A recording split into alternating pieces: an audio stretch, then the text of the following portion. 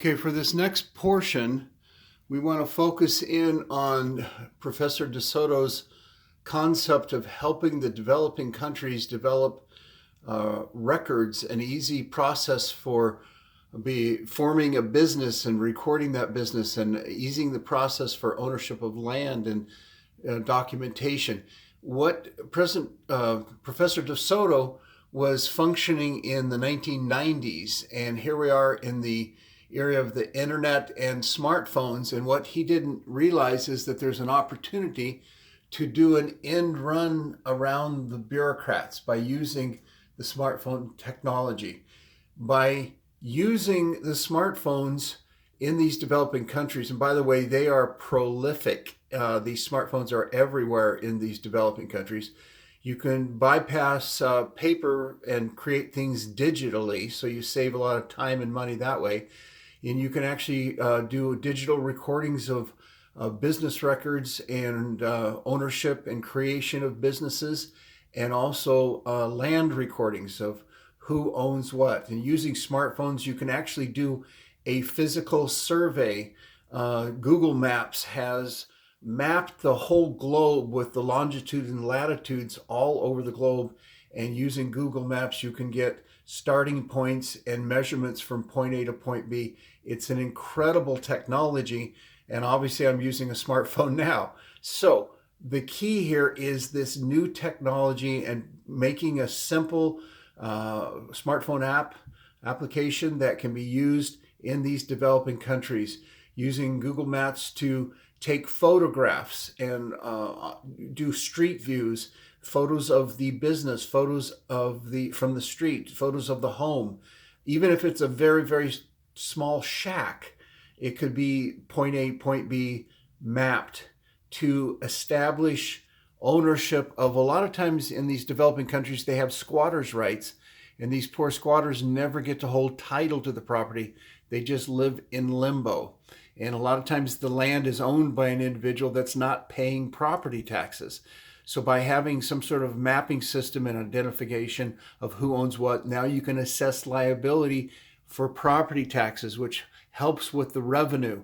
We're going to talk about that in another phase, but this whole concept of using a crowdsourcing system for mapping the properties and mapping the streets and mapping the intersections.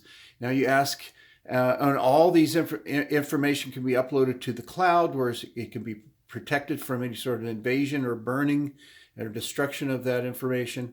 And you can now take photos for identity and photos of family and neighbors, and building an identity, building a community, building a neighborhood using the smartphone technology.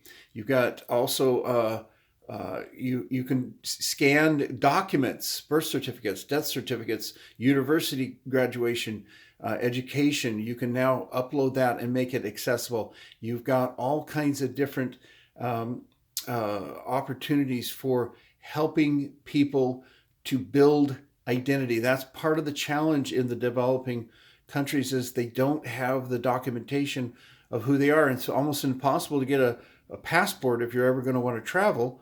And also by identifying these individuals, you can cut down on anonymity into that can affect for individuals that are trying to do terrorism. And you're identifying families and connections. And this is very, very important information that you can gather. Now, over here, you ask, well, how are you going to get the individuals to participate in this crowdsourcing using the smartphone app? And you can use a variety of different things. Stipend. You can make this uploading of information a requirement for micro-lending application. You can get regional leaders. You can get district leaders for the area, neighborhood leaders. You can offer a business opportunity for individuals to participate in this crowdsourcing recordation of information. And you can build it neighborhood by neighborhood. And then now there's all kinds of potential revenue, money to be made once this data is uploaded into the cloud, and you now create a searchable database, very valuable, where you can search it by address, geolocation. You can search by name, phone number, fingerprints. This technology also has the ability to be able to take a fingerprint picture and upload it. You can also do all kinds of business opportunities that come once the database begins to build, and you can incentivize the developing countries, because this will help bring ownership and a stability to where these people have been living, but they just never had ownership or record of it. If there's going to be a dispute for ownership, then that's a good thing, because now you're starting to identify who the owner is through a judgment, and that owner then will have to pay $1 per square foot or 10 cents per square foot in the form of property taxes, which becomes a very good source of revenue for the government that's going to actually help keep and manage the records.